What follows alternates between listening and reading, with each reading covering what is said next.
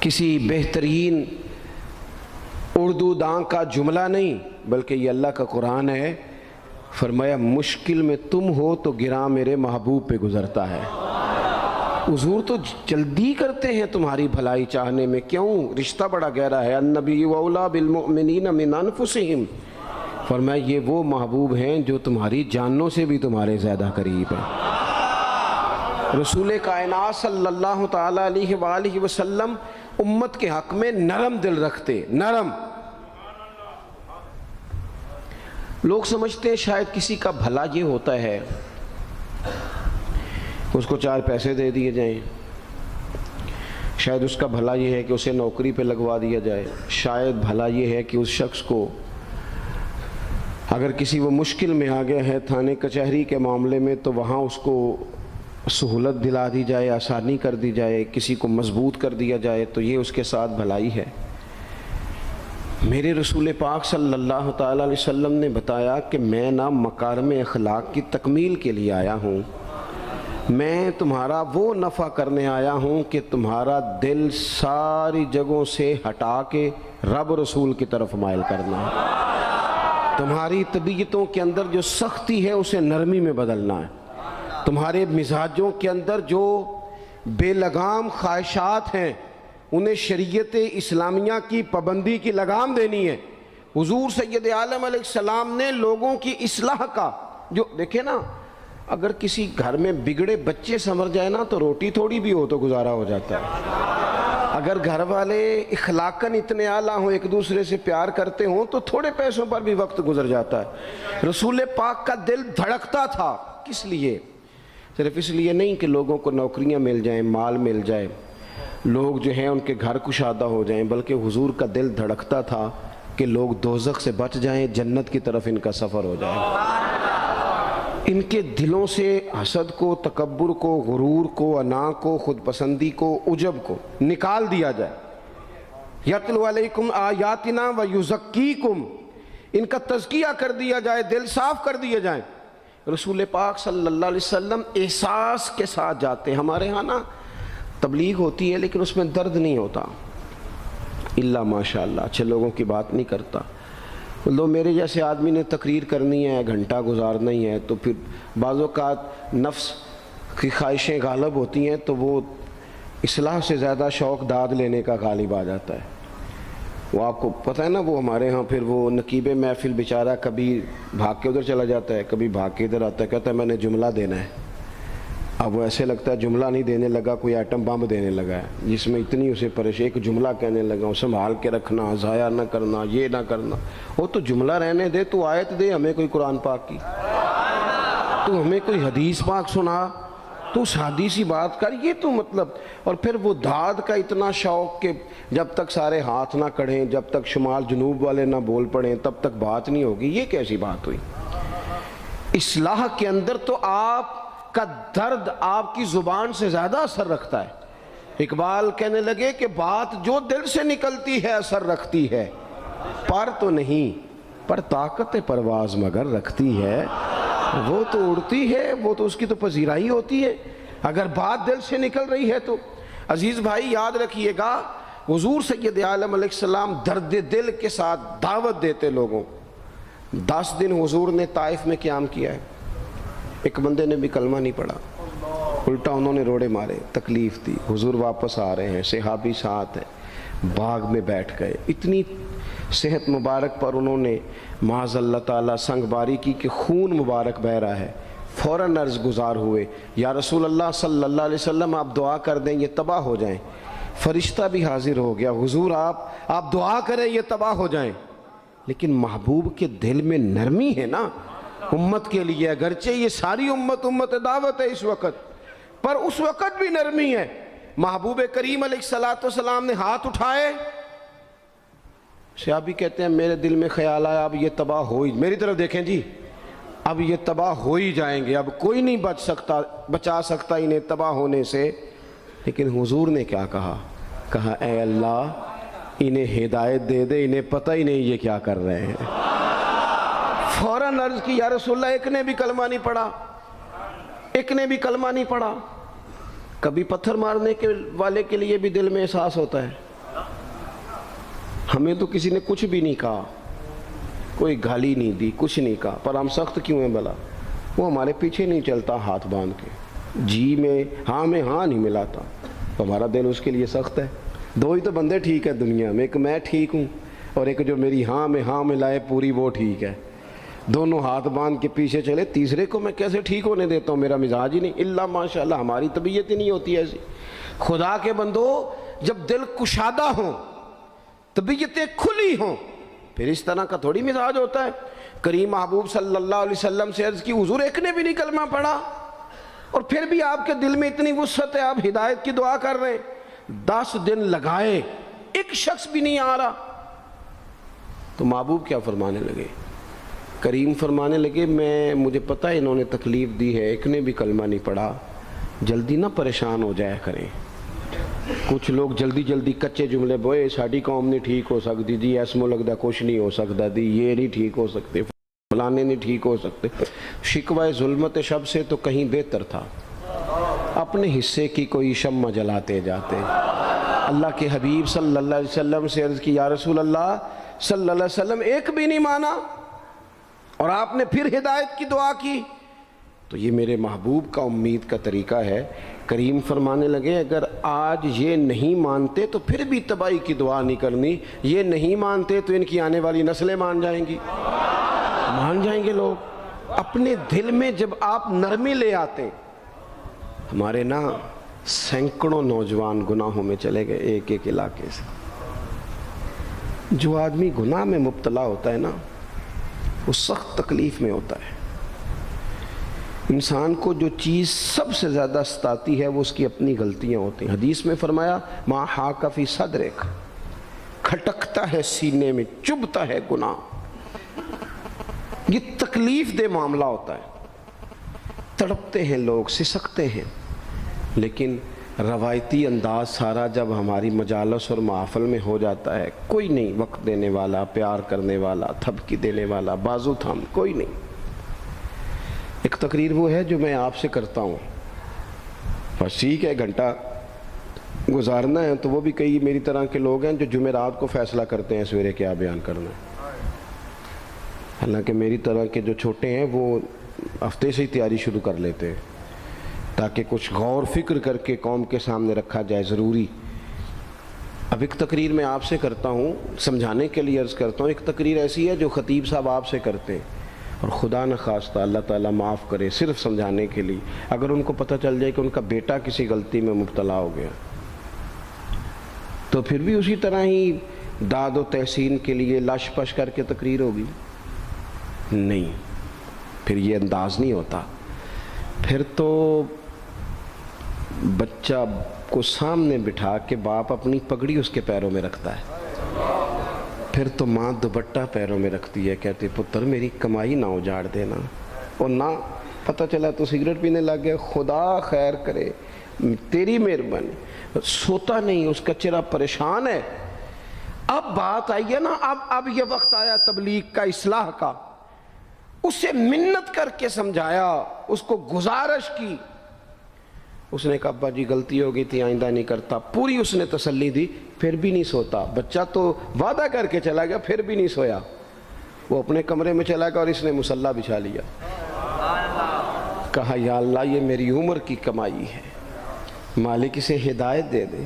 او بھائی جب تو اس انداز میں ملت کے ہر بیٹے کی اصلاح کرنے لگے گا، اور اس سے مراد صرف خطیب واعظ ہی نہیں، حضور نے ہم سب کے ذمہ لگایا تھا، بلغ عنی ولو آیا، ہم سب کی ذمہ داری ہے لوگوں کے لیے، لوگوں کو قائل کریں۔ مجھے بتاؤ اپنی ذات کے حق میں قائل کرنا ہو تو کرتے ہیں کہ نہیں؟ ہوتا ہے نماز کی دعوت ہم کیسے دیتے ہیں؟ ہم کہتے ہیں پڑھ لیے کر نماز، اتنے پیسے کہاں لے کے جائے گا، یہی دعوت ہوتی ہے نا۔ وہ کہتا ہے تو نے اپنی قبر میں جانا اور میں نے، یہ تو ہے ہمارا دین کے حق میں۔ وہ محفل میں آنا اگر ٹائم ملا تو ٹھیک، یہ ہے دین کے حق میں۔ اور جب اپنی باری آئے، کسی سے 50,000 روپے چاہیے تھے، فون کیا اس کو، ملنا تھا، وہ کہتا حکم کریں، کہتے نہیں ٹیلی فون والی بات نہیں، کہتے میں تو 2 بجے ملوں گا، تو 2:30 بجے میل پر، میں مل کے کر دیں۔ پھر جاتے ہی اس سے 50,000 مانگا نہیں، پہلے منت کی، دکھ سنایا، پھر اسے ثابت کرایا کہ تیرے علاوہ دینا بھی کسی نے نہیں۔ سارے غلط بندے ہیں، تو ٹھیک ہے معاذ اللہ۔ پھر اس کو یہ بھی ثابت کرایا وقت پہ واپس کر دوں گا۔ اتنی ساری گزارش کر کے رو دھو کے جب وہ پورا قائل ہو گیا تو آخر میں کہا مجھے 50,000۔ صحیح کہہ رہا ہوں؟ ہاں نہ تو کرو نا، چلو ہلکا سا ایسے ایسے تو کرو نا، ہوتا ہے کہ نہیں ایسے؟ او بھائی اپنے حق میں قائل کرنا تھا تو تجھے سارا طریقہ آتا تھا، اور رب رسول کے حق میں قائل کرنے کا تجھے طریقہ ہی نہیں آتا، تجھے پتہ ہی کوئی نہیں کہ کیسے قائل کرنا ہے۔ اپنے لیے تو نے قائل مائل کرنا تھا، سارا پتہ تھا، سب خبر تھی کیسے منانا ہے، اور کسی کو مسجد کے لیے منانا تھا تو کہتا جی میری کو مانتے ہی نہیں، میری کون سنتا ہے۔ آپ جب تک اس درد سے، زازان نام کا ایک گویہ تھا بغداد میں، گاتا تھا، آواز بڑی سریلی تھی، بڑے لوگ اس کے گرد جمع ہو جاتے۔ حضرت عبداللہ ابن مسعود رضی اللہ تعالیٰ عنہ، حضرت عبداللہ ابن مسعود، یہ وہ خوبصورت ہستی ہیں کہ محبوب نے فرمایا ان سے قرآن سیکھا کرو، یہ اسی طرح پڑھتے ہیں جس طرح میرے اوپر نازل ہوا تھا۔ حضرت عبداللہ ابن مسعود رضی اللہ تعالیٰ عنہ صحابہ میں مفتی، صحابہ میں قاری، بڑے آدمی۔ حضرت عبداللہ ابن مسعود ایک دن گزر رہے تھے کسی مقام سے جہاں بھی وہ رہتا تھا، تو وہاں اللہ معاف فرمائے گانے بجانے کی مجلس سجی ہوئی تھی، وہ گا رہا تھا، آپ گزرے تو کانوں میں ہلکی سی آواز گئی۔ قریب ایک شخص سے پوچھا یہ کون ہے، کس کی آواز ہے؟ کہا حضرت یہ زازان نام کا ایک گویہ ہے۔ وہیں کھڑے کھڑے درد سے کہنے لگے کتنی سونی آواز ہے، کاش یہ قرآن پاک کی تلاوت کرتا، اتنی خوبصورت آواز ہے، کوئی تو ہو نا جو اس درد سے بات کرے، کاش یہ قرآن پاک پڑھتا۔ اور پھر دعا مانگتے آگے تشریف لے گئے۔ وہ جوان تھا، فارغ ہو کے باہر نکلا، لوگوں کا رش تھا، ایک شخص نے اسے روکے، کہا زازان ادھر آ، پتہ آج کیا ہوا؟ کہا جناب کیا؟ کہنے لگے جانتے ہو حضرت عبداللہ ابن مسعود کو؟ کہا جانتے ہیں۔ فرمایا وہ صحابی رسول صلی اللہ علیہ وسلم آج گزرے، تیری آواز ان کی سماعتوں سے ٹکرائی تو فرمانے لگے کاش یہ قرآن پاک پڑھتا۔ کہنے لگا صحیح بتاؤ انہوں نے میرا نام لیا ہے؟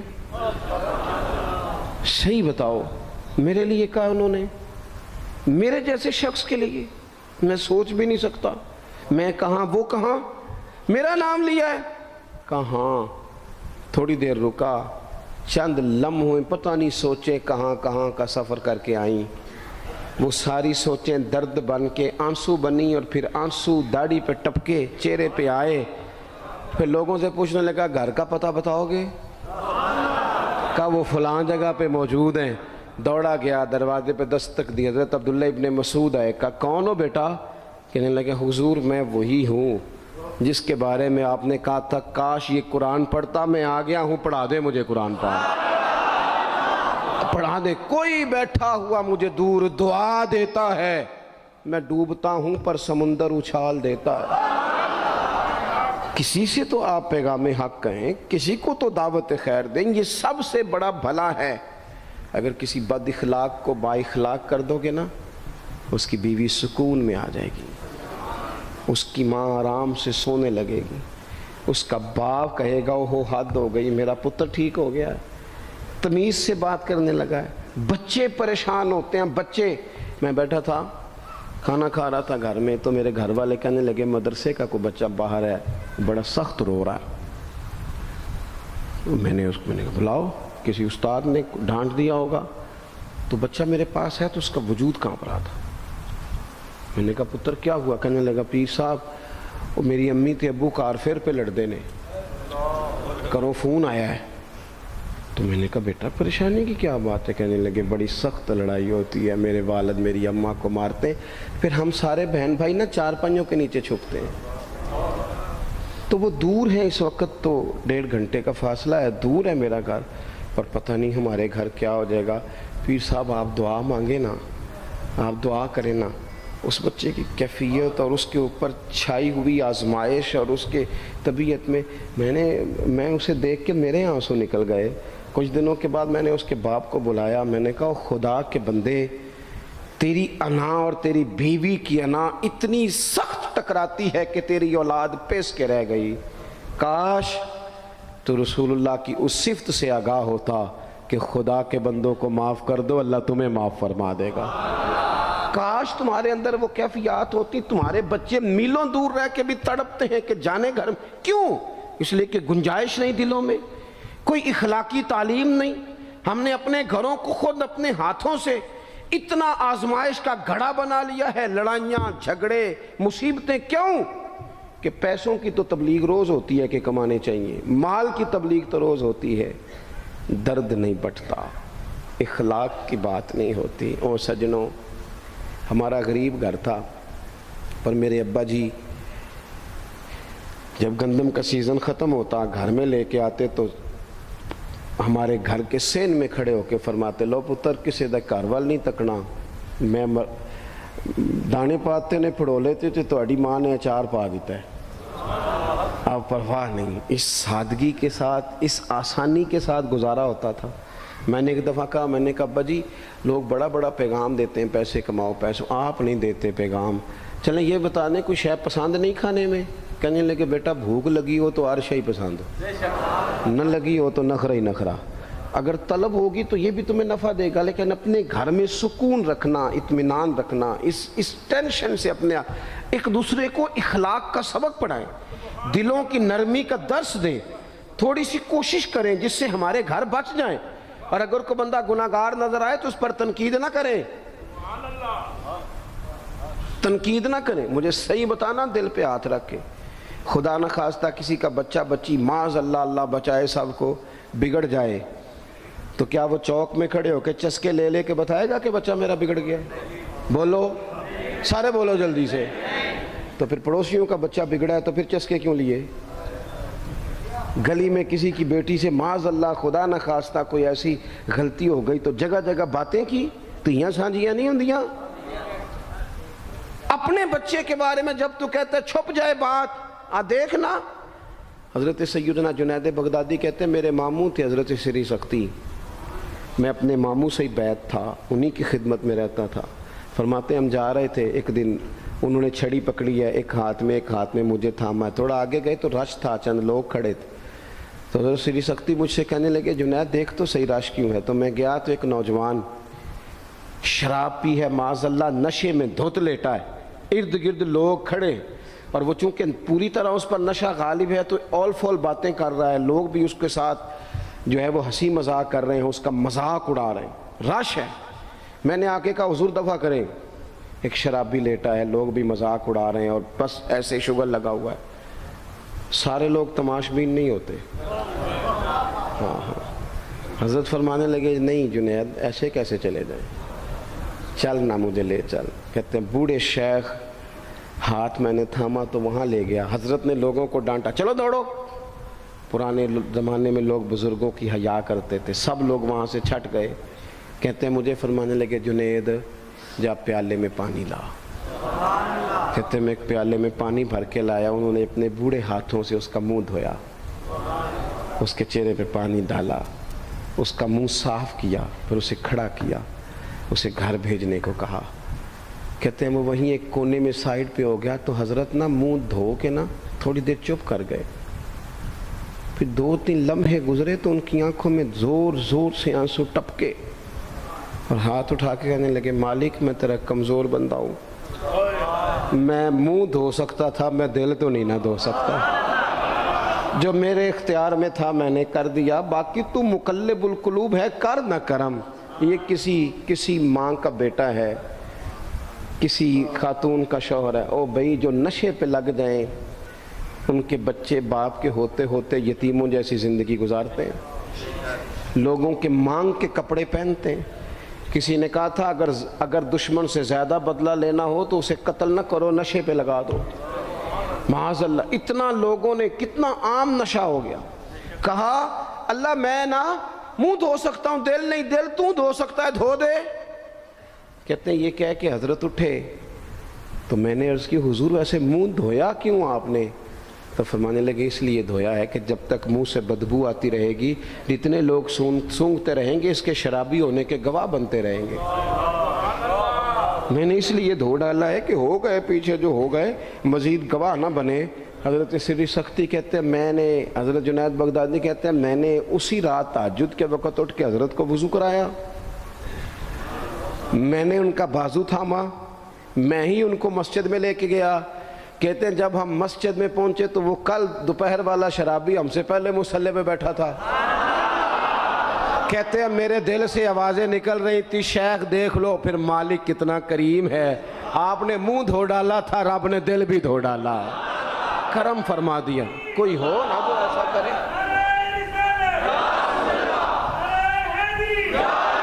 آؤ نا سنگیوں ملیں، ایک دوسرے کا منہ تو دھونا شروع کرے نا، آؤ نا ایک دوسرے کو یہاں تک تو ہم یہاں تک وضو کا پانی تو فراہم کرے نا، کچھ تو خیر تقسیم کرے۔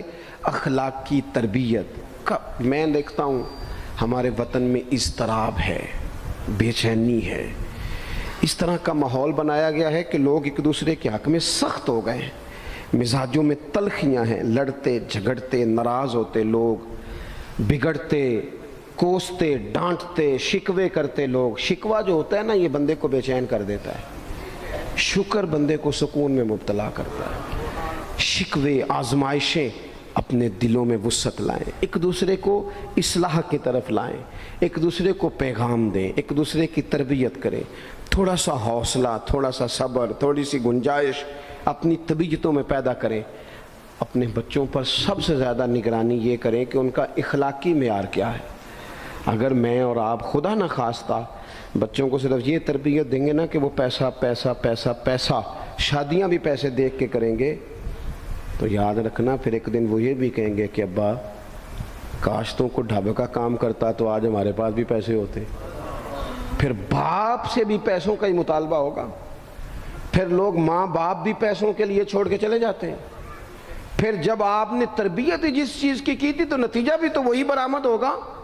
یہ تو نہیں ہو سکتا کہ بندہ بیج کوئی اور لگائے اور درخت کوئی اور نکلے، یہ ہو نہیں سکتا۔ اگر ہم اپنے باپ سے روز جھگڑا کریں گے 5 مرلے کے لیے تو یاد رکھنا پھر ہمارا بیٹا 1.5 مرلے کے لیے بھی جھگڑا کرے گا، پھر معاملہ اس طرح کا مرتب ہوگا۔ ایک دوسرے کو اخلاقی پیغام دینا ضروری ہے۔ آخری بات آپ کی خدمت میں عرض کرنی ہے، اور یہ میری خواہش ہے کہ آپ اس پر زیادہ توجہ کریں گے انشاءاللہ۔ آپ سارے ویڈیو بنائیں، مجھے کوئی اعتراض نہیں، پر مہربانی کریں دیکھیں تو میری طرف نہ۔ جب آپ لائیو چلاتے ہیں تو پھر اسی کو دیکھتے ہیں، وہ پھر کہتا ہے کہ یہ کمنٹس آ گیا تو دوسرا آ گیا۔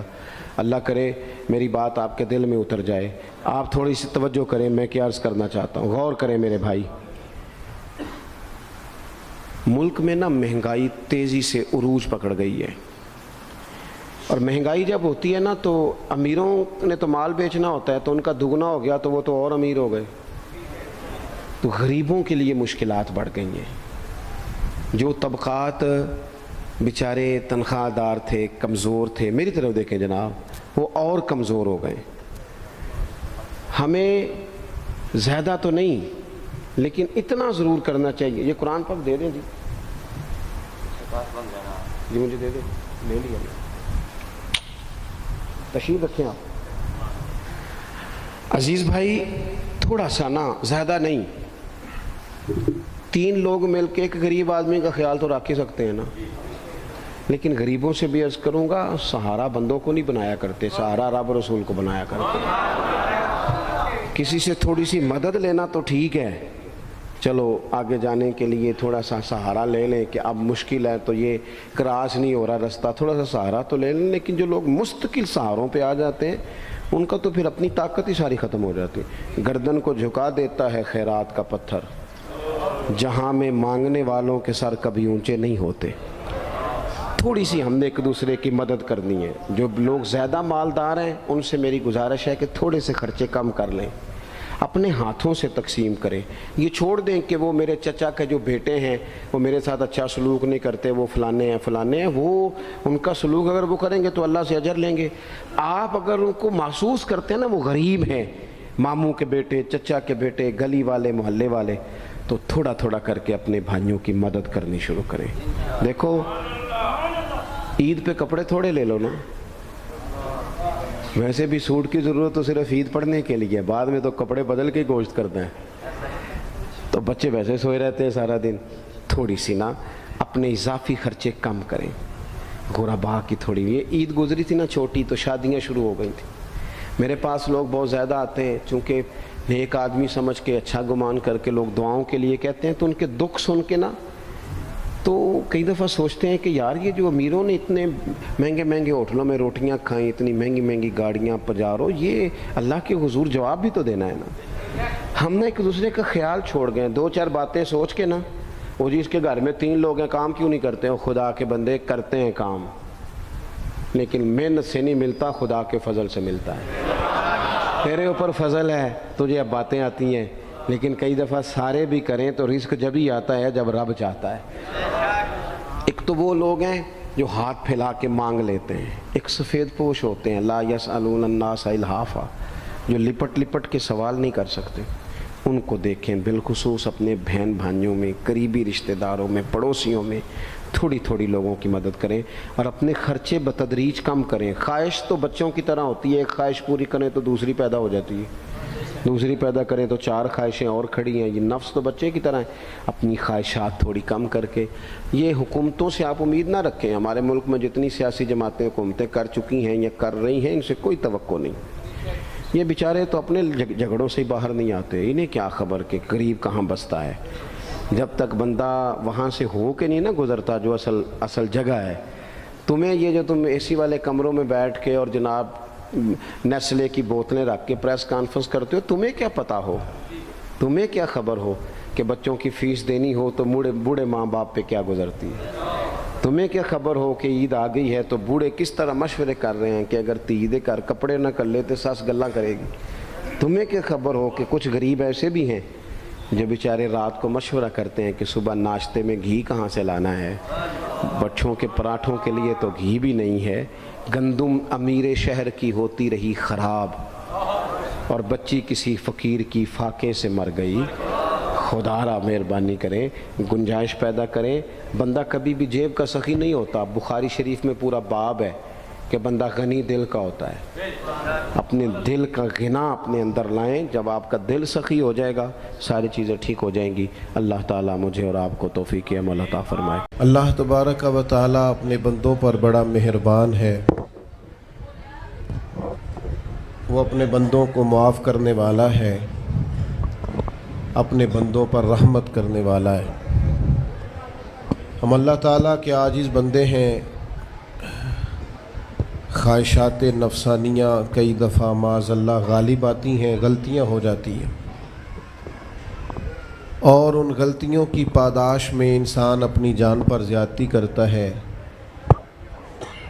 اللہ تعالیٰ معاف کرے تو اس کا سفر اللہ کے عذاب کی طرف ہوتا ہے.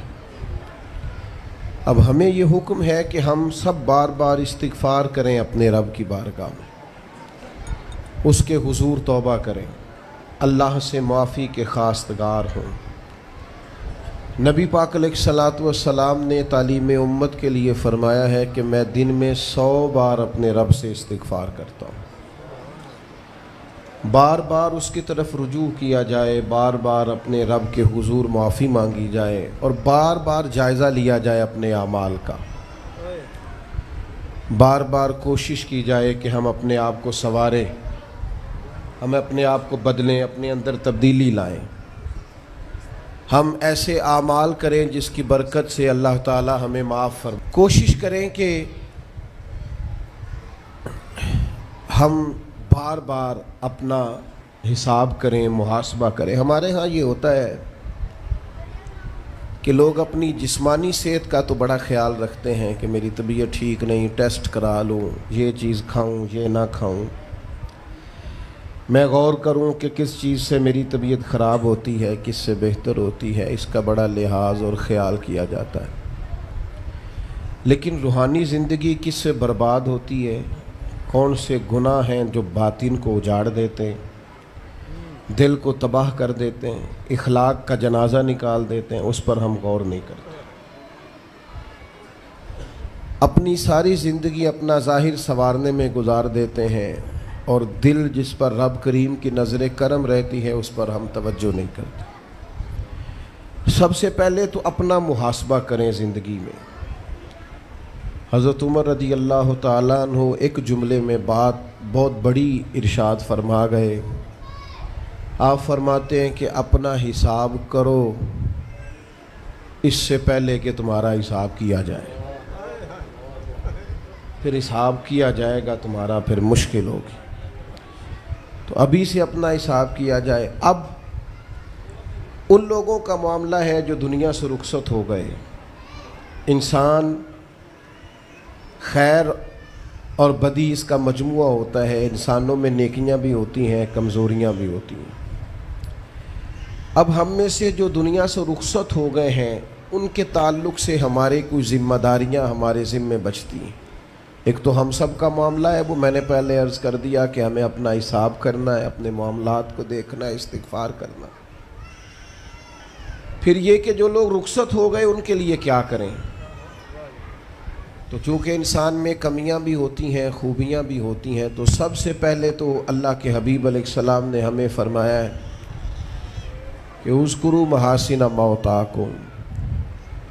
جب تم میں سے کوئی رخصت ہو جائے تو اس کی اچھی اچھی باتوں کا ذکر کرو. ایسا نہیں کہ انسان میں ساری خوبیاں ہی ہوں گی, لیکن تم خوبیاں تلاش کر کے ان کا بیان کرو. تم زمین پر اللہ کے گواہ ہو. ایک تو جب بھی کسی جانے والے کا ذکر کریں خیر کے ساتھ کریں, بھلائی کے ساتھ کریں, اچھے لفظوں کے ساتھ کریں. کہیں کوئی کمی یاد آئے بھی تو اب اسے چھوڑ دے, وہ بندہ رخصت ہو گیا. اس کا ذکر خیر کے ساتھ کرنا, اس کو ذہن میں ضرور بٹھائیں. دوسری بات یہ کہ جب کوئی دنیا سے جائے تو اس کی طرف سے ایصال ثواب کریں, یعنی ایسے اعمال کرے جن کی وجہ سے اسے ثواب پہنچے. اب ہمارے ہاں جو رسم و رواج بعض بن گئے ہیں, بڑی بڑی دیگیں, بڑے لاؤ لشکر, نامی گرامی بندہ ہے تو نامی گرامی آؤ جاؤ تو کھانے تو بڑا جلسہ تو پتہ لگ جائے لوگوں. تو پہلے تو یہ یاد رکھو جس کام میں تھوڑی سی بھی ریاکاری ہو اس پر اللہ کی بارگاہ سے اجر کی امید کیسے رکھتے ہو. جب تک عمل خالص لوجہ اللہ نہیں ہوتا, جب اس پر ثواب مل نہیں رہا تو جائے گا کیسے. جتنا آپ عمل چھپا کے کریں گے, جتنا آپ عمل اللہ کی رضا کے لیے کریں گے, اتنا ثواب زیادہ ہوگا, جانے والے کو فائدہ زیادہ ہوگا. وہ میں ختموں پہ جاتا ہوں کئی دفعہ تو وہ کہتے ہیں اتنے لاکھ روپیہ مسجد کو دیا, اس کا بھی اعلان کر دیں. اتنے قرآن پاک پڑھے ہیں تو اس کا بھی اعلان کر دے. کس کو بتا رہے ہو اعلان کر کے؟ اللہ کو تو پتہ ہے تم نے کیا پڑھا ہے. یہ پرچیاں پڑھ پڑھ کے کس بات کی سنا رہے ہو, کیا مطلب ہے اس کا.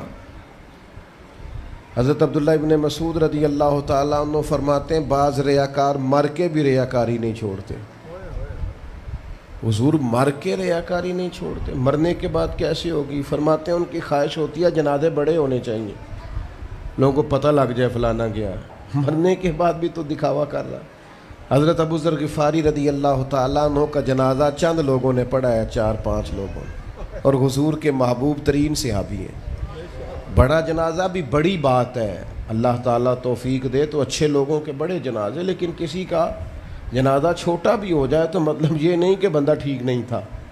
بات کی سمجھ آ رہی ہے؟ تو میرے عزیز, ایصال ثواب کریں تو اللہ کی رضا کے محض. پتہ ہوتا ہے محلے میں غریب کون ہے, اپنے والد اور والدہ کے نام پر غریب کو دے دیں. کسی مقروض کی مدد کریں, اس بیچارے کی جان چھوٹ جائے. آپ کوئی گلی ٹھیک کرا دیں جہاں سے لوگوں کا گزرنا آسان ہو. آپ کچھ ایسا نظام کر دیں جس سے لوگوں کے لیے آسانیاں پیدا ہو جائیں. لیکن آپ محض وہی کام کریں گے جس سے دکھاوا ہوگا تو کیا امید کرتے ہیں اس پر اجر کی. تو ایصال ثواب دیکھیں قوم کو ضرورت کیا ہے, وہ والا ایصال ثواب کریں. حضرت سعد رضی اللہ تعالیٰ عنہ نے جب آن کر کے عرض کیا تھا کہ یا رسول اللہ صلی اللہ تعالیٰ علیہ وسلم, میری والدہ کا انتقال ہو گیا ہے تو میں ان کے لیے کیا کروں. تو محبوب نے فرمایا کہ فلاں جگہ پانی کی قلت ہے تو وہاں کنواں کھدوا دے. معنی کیا ہے کہ اس پانی پینے سے اللہ تبارک و تعالیٰ تیری ماں کو اس کا اجر عطا فرمائے گا. صدقہ تو جس چیز کی ضرورت ہے آپ وہ چیز کر کے دیں. اور ختم چپ کر کے بھی ہو جاتا ہے، گھر کے اندر بھی ہو جاتا ہے، اکیلے بھی ہو جاتا ہے، اس کے لیے لاکھوں کروڑوں لگانے کی کوئی ضرورت بھی نہیں۔ چوتھی بات، تیسری بات، کوشش فرمائیں کہ جو نیکیاں جانے والا کرتا تھا وہ نیکیاں جاری رہیں، اس کے بچے، اس کی اولاد، اس کے سارے رشتہ دار ان نیکیوں، اگر وہ کوئی بھلائی کرتا تھا تو وہ بھلائی ہوتی رہے، وہ جاری رہے، وہ سلسلہ آگے بڑھایا جائے۔ ہم یہ کرتے ہیں کہ ہم خیر کے کاموں کو جاری نہیں رکھتے، بلکہ والد کے جانے کے بعد تو بچے بڑے سیانے ہوتے ہیں، وہ کہتے ہیں ابا جی کو تو بس وہ فلانا غریب بھی لوٹ کے لے جاتا تھا، فلانا بھی اپنی مجبوری سنا کے، تو ہم تو سیانے ہیں۔ او خدا کے بندے، حضور علیہ السلام نے فرمایا تمہیں جو روزی دی جاتی ہے وہ تمہارے کمزوروں کی وجہ سے دی جاتی ہے، وہ جو ضعیف کمزور لوگ تمہارے دسترخوان سے کھا جاتے ہیں ان کے سبب سے اللہ تعالیٰ تمہیں عطا کرتا ہے۔ تو اس لیے یہ تو کوئی طریقہ نہیں ہے کہ آپ کے بزرگ خیر کا کام کرتے تھے، آپ نے چھوڑ دیا، تو آپ ایک کام یہ کریں کہ ان کی نیکیاں جاری رکھیں۔ اور چوتھی بات یہ کہ ان کے لیے دعا کریں۔ دعا ہمیں حضرت ابراہیم نے سکھائی ہے، سورہ ابراہیم میں موجود ہے، ربنا اغفر لی ولوالدی، یا اللہ مجھے بھی بخش دے اور میرے ماں باپ کو بھی، وللمؤمنین یوم یقوم الحساب، اور جس دن تو حساب لے اس دن سارے مومنوں کی بخشش فرما دے۔ ایک شخص نے نا حضور علیہ السلام کے سامنے دعا مانگی، اللہ مجھ پہ رحم فرما اور اپنے نبی پہ رحم فرما۔ حضور فرمانے لگے تو نے اللہ کی رحمت کو محدود کیوں کر دیا ہے؟ تم کہہ سارے مومنوں پہ رحم فرما، سب پہ رحم فرما۔ بھائی سب کے لیے دعا مانگیں۔ یہ 2-4 بچوں کا موبائل کا مسئلہ رہ گیا، باقیوں کا بیٹا بیٹھ جاؤ، پیارے بیٹے بیٹھ جاؤ، پتر بیٹھ جاؤ، آپ بھی بیٹھ جاؤ بیٹے،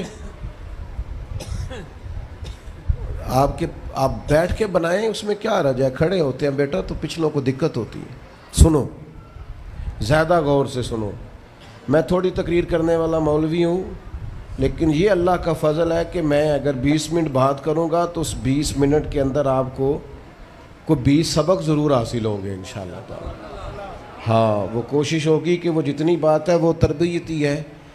وہ بعض دوستوں کا خیال ہوتا ہے لمبی تقریر کرے، میں کیا ہوتے وہ بندہ کر سکتا جنہیں ایک شعر ہی 20 منٹ پڑھنا ہوئے، اجے مزہ نہیں آیا، اجے دوبارہ پڑھو، اجے رل کے پڑھو، تو وہ تو پھر 1.5 گھنٹہ بھی کام چل سکتا ہے۔ تو جس نے ٹو دی پوائنٹ بات کرنی ہو اس کے لیے تو 10 منٹ بھی بڑے ہوتے ہیں، اور ویسے بھی تقریریں پیٹ بھرنے کے لیے نہیں ہوتی، عمل کرنے کے لیے ہوتی ہیں۔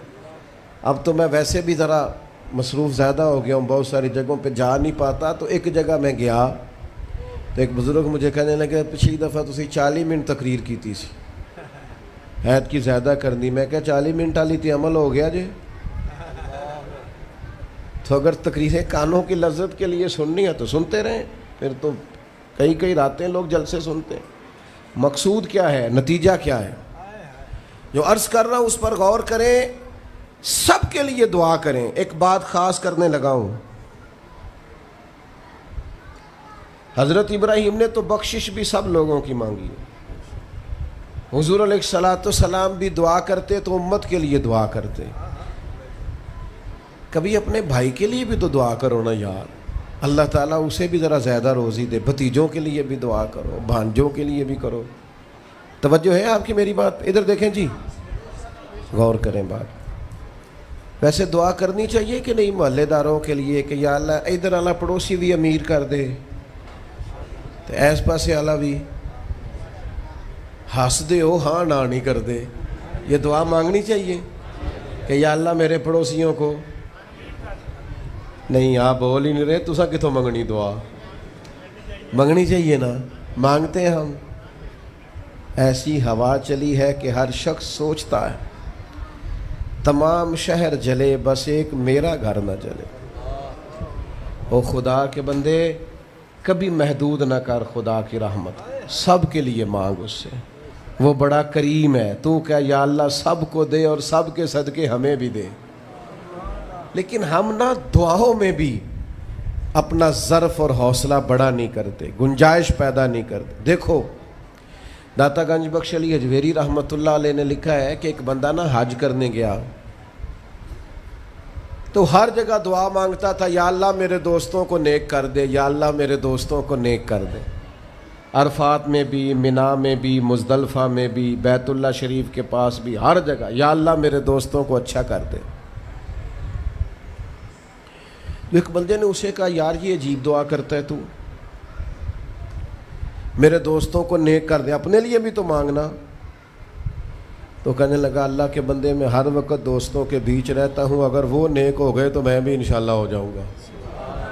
ان کی صحبت میرے اوپر بھی اچھا اثر ڈالے گی، چونکہ رہتا جو ان کے بیچ ہوں۔ ہمارا علاقہ امیر ہو گیا تو انشاءاللہ ہم بھی ہو ہی جائیں گے۔ لوگوں کے رزق میں برکت ہوگی تو ہمارے رزق میں بھی تھوڑا سا نا کشادہ دل کریں ہر معاملے میں۔ اور سنیں حدیث پاک، نبی کریم علیہ الصلوۃ والسلام نے فرمایا، جو دعا اپنے بھائی کی غیر موجودگی میں اس کے لیے مانگی جاتی ہے نا، اللہ وہ دعا جلدی قبول فرماتا ہے۔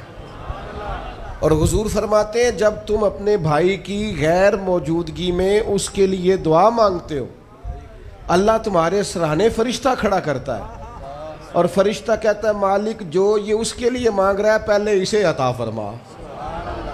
تو کیسی سعادت کی بات۔ لیکن سینہ کشادہ کرنا پڑے گا، دل بڑا کرنا پڑے گا، حوصلہ بڑا کرنا پڑے گا۔ جب تک دل، طبیعت، حوصلہ یہ بڑا نہیں ہوتا، اتنی دیر تک لطف۔ حضور کی ساری امت کے لیے دعا مانگیں کہ اے اللہ جتنے خوش عقیدہ ہیں محبوب کے غلام، سب کو جنت عطا فرما، سب کے لیے کھول دے دروازے جنت کے۔ دعا اللہ کی۔ اچھا پھر دعا مانگنی بھی ذرا ذوق سے چاہیے۔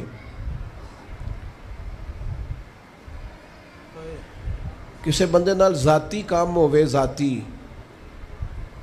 کوئی لوڑ پہ جائے وہ کیویں کرائی دا پلا؟ جی تو پتہ ہے سارے گل دا۔ السلام علیکم جناب، کہندا وعلیکم السلام، کتھے ہو جی؟ میں تے دور ہاں، کدھرے تسی حکم کرو۔ کہندا نہیں ٹیلی فون والی گل ہی نہیں، مینوں مل کدھرے؟ اور رات کو کسی وقت کہتا میں 2 بجے آؤں گا، میں جاگنا یار مجبوری بڑی ہے، تو پاویں 3 بجے آ، مینوں مل کے سویں۔ پھر اس کو جا کے مجبوری بتاتے ہیں، کلیاں قسمیں اٹھاتے ہیں، اور یہ بھی اس کو کہتے ہیں بار بار کہ میں سارے دوستاں، سنگیاں، ساتھیاں، ساکاں نو آکھ بیٹھا، تیرے تو بغیر گل کو نہیں سنی کسی بھی۔ پورا قائل کرتے ہیں اس کو، پورا مجبور کر دیتے ہیں مدد کرے۔ کرتے ہیں کہ نہیں ایسا؟ لوگ کرتے ہیں نا۔ اور تمہیں پتہ ہے بندہ کیسے مانتا ہے، منا لیتے ہو تو سیکھ جاؤ نا رب کیسے مانتا ہے۔ کبھی بیٹھو نا اکیلے مصلی بچھا کے اور کہو نا اس سے کہ مالک تیرے سوا کدھر جائے، کس سے کہیں، کس کی بارگاہ میں عرض کریں، کون ہے جس کے حضور جائیں۔ ایک بزرگ تھے تو ان کی بڑے درد سے دعا مانگتے تھے، تو کسی نے کہا کہ آپ نے دعا مانگنے کا طریقہ کس سے سیکھا؟ کہنے لگے اپنی بیوی سے۔ بیوی سے کیسے سیکھا؟ تو وہ کہنے لگے میری بیوی کو کوئی کام تھا گھر کا، کوئی خرچہ اس نے مجھے بتایا، تو میں نے اسے کہا ابھی میرے پاس پیسے کوئی نہیں، آتے ہیں کہیں سے تو دیتا ہوں، کرا دیں گے۔ عورتوں کی عادت ہوتی ہے 2-4 دن کے بعد پھر یاد کرایا کہ وہ کام گھر کا ہونے والا ہے، پیدا کیا ہے، بتا تیری بارگاہ میں عرض نہ کروں تو پھر میں کس سے کروں؟ بندے تو بات سنتے ہیں تو پھر وہ پردے کھول دیتے ہیں، دیتے کچھ نہیں اور لوگوں کو سناتے ہیں فلانا آیا جی پیسے پہ منگدا ہے۔ ایک سنگی سی ایک دفعہ تے انہیں بھائی دا تگڑا ہے چنگا، دور کسی سنگی کو لونے کو مدد لئی تھوڑی، میں نے کہا یار تیرا بھائی ٹھیک ٹھاک ہے؟ وہ کہتا ہے دیندا تے ہے پر بدنامی بڑی کرتا ہے، سب نو دس چھڑتا ہے۔ عزت رب کی بارگاہ میں بندہ عرض کرتا ہے تو بندے کا پردہ بھی رہ جاتا ہے اور وہ عطا بھی کر دیتا ہے۔ میرے دوستو دعائیں شوق سے مانگو، دعائیں درد سے مانگو۔ وہ اکبر الہآبادی نے کہا تھا مصیبت میں بھی اب یاد خدا ہم کو نہیں آتی، دعا منہ سے نہ نکلی جیبوں سے عرضیاں ہی نکلیں، دفتروں میں درخواستیں جمع کرانے کے لیے بڑا وقت ہے، اس کی بارگاہ میں کیوں نہیں بیٹھتے؟ اس کے حضور حاضر کیوں نہیں ہوتے جو پردہ پوشی کرے، اپنے بندوں کو نوازے؟ اور 10 منٹ نکال کے اس کی بارگاہ میں آ تو صحیح۔ حضور فرماتے ہیں رب کہتا ہے میرا بندہ جب میری بارگاہ میں ہاتھ اٹھاتا ہے مجھے حیا آتی ہے، میں خالی واپس کیسے کر دوں؟ جاتے ہی نہیں، عرض ہی نہیں کرتے۔ دعا تو مومن کا ہتھیار ہے، طاقت ہے بندے کی، شان ہے۔ ہر دکھ سکھ رب رسول کی بارگاہ میں کرے، طاقتور ہو جائے، اور پھر دعا ذوق سے کرے، شوق سے۔ میں چھوٹا سا آدمی ہوں، صبح مسجدوں میں نا قاری صاحب کے پاس، حافظ صاحب کے پاس بچے سبق پڑھنے آتے ہیں، الف با تا سا۔ میری طرح کا سب سے چھوٹا مولوی بھی سبق پڑھا رہا ہو نا، تو بچہ سبق پڑھاتے ادھر ادھر دیکھے تو قاری صاحب تھپڑ مارتے، کہتے ادھر تاک کوئی سبق میرے سے پڑھ رہا، دیکھ ادھر رہا ہے۔ اور بات بھی ٹھیک ہے کہ وہ بچہ کیسے پڑھے گا جس کا دھیان ہی نہیں، لفظوں کی پہچان ہی نہیں ہوگی۔ ڈانٹتے ہیں استاد ادھر توجہ کر۔ عجیب لوگوں نے رب سے دعا مانگ رہے ہیں، دھیان کسی اور طرف ہے، دل کسی اور طرف ہے، ذوق کسی اور طرف، توجہ ہی کوئی نہیں۔ مانگ اللہ سے رہیں، بارگاہ کتنی بڑی ہے، اور رٹی رٹائی دعائیں چل رہی ہیں، دعاؤں میں باتیں ہو رہی ہیں۔ ان تے بندے دعا دے ٹائم بھی موبائل نہیں بند کر دے، وہ دی بھی ویڈیو چاہیے انہوں نے، اللہ سے مانگ رہے ہیں۔ اس وقت بھی توجہ۔ حضرت موسیٰ علیہ السلام نے عرض کی رب کی بارگاہ میں کہ میری قوم عرض کرتی ہے مالک تو ہماری دعائیں قبول نہیں فرماتا، تو اللہ کریم نے فرمایا کلیم ان کے لفظ میرے ساتھ ہوتے ہیں، دل نہیں میرے ساتھ ہوتے۔ جملے رٹے رٹائے بولنا اور دل پتہ نہیں کہاں گردش کر رہا ہے۔ بات جو دل سے نکلتی ہے اثر رکھتی، پر نہیں طاقت پرواز مگر رکھتی۔ اب جو ہم جانے والوں کے لیے دعائیں کریں گے، اس میں تو ہمیں چاہیے آپ پیر صاحب سے دعا ضرور کرائیں، علامہ صاحب سے ضرور دعا کرائیں، لیکن جس ذوق سے پتر نے دعا مانگنی ہے نا والد کے لیے، وہ دوسرا کوئی نہیں مانگ سکتا۔ جو بیٹی نے دعا مانگنی ہے نا درد سے، وہ دوسرا کوئی۔ آپ خود دعا مانگیں، خود ختم شریف پڑھیں، خود تلاوت کریں۔ اسی بڑے منفرد لوگ ہاں، ہمارا یہ طریقہ ہے کہ ہم نے رویہ اس طرح کا بنایا ہوا ہے کہ قرآن شریف بھی کوئی اور ہی پڑھے گا ہمارے ابا جی کے لیے۔ او بھائی آپ بھی تو کوئی 2 سپارے پڑھے نا اپنے والد کے لیے۔ او میں انے قرآن پاک پڑھائے نے، تو آپ کنے پڑھے نے بھائی؟ ایک بھی نہیں، وہ سارے مدرسے کے بچے۔ اور پھر آپ نے ناراض نہیں ہونا میری بات سے، قرآن پاک کے بارے میں نبی پاک علیہ السلام نے فرمایا جب تک دل جمے پڑھو، اور جب دل نہ جمے طبیعت تھکے تو چھوڑ دو۔ تو جڑا اسی بالا نو بلانے ہیں مدرسیوں تو کہنے ہیں پورا قرآن پڑھ کے ہی اٹھنا جے، وہ دا کی مطلب ہے؟ ان کا دل کرے تو آدھا سپارہ پڑھیں، دل کرے تو 1 رکوع پڑھیں۔ آپ نے تو پابند کر دیا ہے۔ کس بنیاد پر پابند کیا آپ نے؟ آپ خود پڑھیں۔ اور پھر علماء نے لکھا ہے بچہ نیت کر لے والد کے لیے پڑھ رہا ہوں، کہنے کی بھی ضرورت نہیں، اللہ ثواب عطا کر دے گا۔ خود ایک سپارہ نہیں۔ اور بیٹا بیٹی بھائی سنیں میری بات، اللہ آپ کو سلامت رکھے، میری بات سنیں۔ اب ہم نے کرنا کیا ہے؟ اب کرنا یہ ہے کہ ہم نے خوب دعا کرنی ہے۔ آج بھی جن کے ختم کے لیے ہم آئے ہیں نا، ہمارا دل پورا لگ جائے، اس طرح بندہ رب کو مناتا ہے نا۔ یہ ضروری نہیں کہ یہاں سے سپیکر سے یہ دعا ہوگی وہی دعا ہے، آپ اپنے دل میں 2 جملے کہہ دیں اس کے لیے کہ یا اللہ تو مہربان ہے۔ دیکھو لمبا نہیں یاد رکھتے لوگ، جو قبروں میں پڑے رہ گئے، آہستہ آہستہ بندے بھولنے لگتے ہیں۔ جب کسی کا انتقال ہوتا ہے لوگ روز قبرستان جاتے ہیں، پھر تھوڑے دنوں کے بعد یہ روٹین کیے، فرمایا قبر والا ماں، میرا باپ، میری اولاد میرے لیے دعا کریں، میرے اپنے میرے لیے دعا کریں۔ وہ تو انتظار کر رہا۔ دوستو اپنے جانے والوں کا بہترین تحفہ ان کے لیے دعا کرو. میری والدہ میرے والد چلے گئے, کوئی مجھ سے پوچھے نا ان کے لیے کیسے دعا کرتے تو میں کہتا ہوں میری سانسیں بھی دعا کرتی, میری دھڑکنیں بھی دعا کرتی. ایک دن نہیں, ایک دن میں کئی دفعہ جب بھی خیال آتا ہے ان کے, قرآن مجید نے خود توجہ دلائی, وَقُلْ رَبِّ ارْحَمْهُمَا كَمَا رَبَّيَانِي صَغِيرًا. اللہ کہتا ہے کہو اے اللہ ان دونوں پہ رحم فرما, جب میں چھوٹا تھا تو میری انہوں نے پرورش کی تھی. رب نے دعا سکھائی. بھائیو, صرف مسلمان کا آج موبائل بھی آباد ہے, فوٹو بھی آباد ہے, اور دسترخوان بھی آباد ہے, اور ہوٹل بھی آباد ہے. جس چیز کو آباد نہیں کرتے وہ مسلح ہے.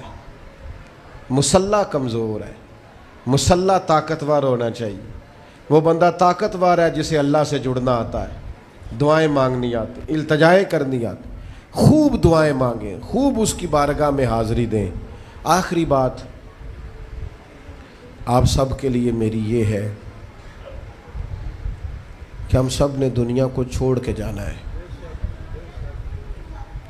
ہم دنیا میں اچھے عمل کرنے آئے ہیں.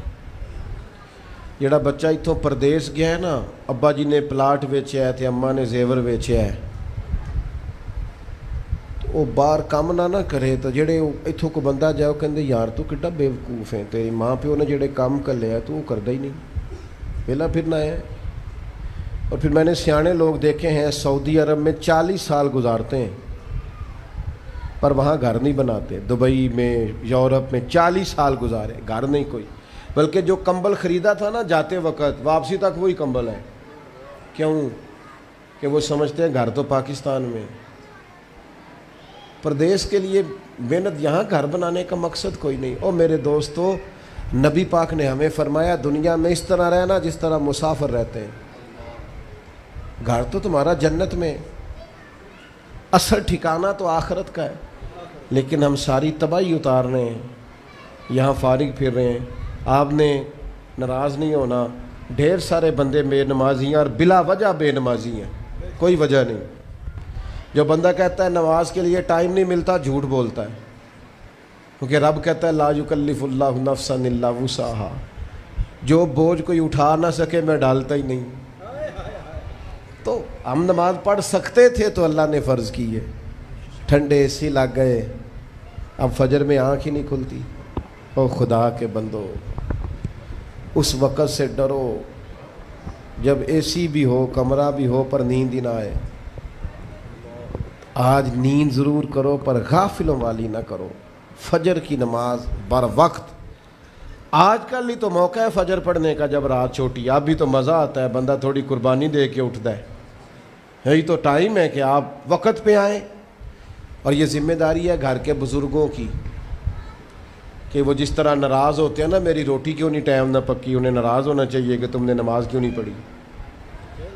لیکن وہ ذات کے لیے ناراض ہوتے ہیں, دین کے لیے ناراض ہی نہیں ہوتے. اس پر ضرور توجہ کریں, بالخصوص اپنی نماز کا خاص. اور نوجوانوں سے کہوں گا, جو بندہ جوانی میں نمازی نہیں نہ ہوتا, بڑھاپے میں اس کے لیے عادت ڈالنا مشکل ہوتا ہے.